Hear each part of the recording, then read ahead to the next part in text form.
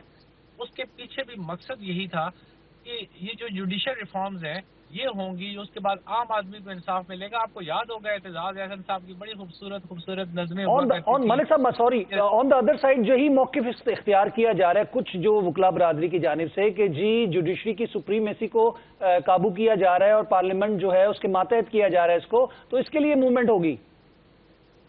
میں نہیں سمجھتا ہوں کہ کوئی ایسی موومنٹ ہوگی، کیونکہ یہ کچھ جن لوگوں کے کچھ سیاسی ریلیشنز ہیں کسی سیاسی پارٹی سے، وہ تو اس طرح کی کوئی بات کریں گے. لیکن جو جنرل لائر ہیں، جو عام وکلاء ہیں، جو پریکٹس کرنے والے لائرز ہیں، وہ اس چیز کے حامی ہیں کہ یار یہ سلسلہ ختم ہونا چاہیے کہ اب کوئی ایسی جوڈیشل ریفارمز ہونی چاہیے جس سے جو اصل لیٹیگنٹ ہے اس تک انصاف پہنچے.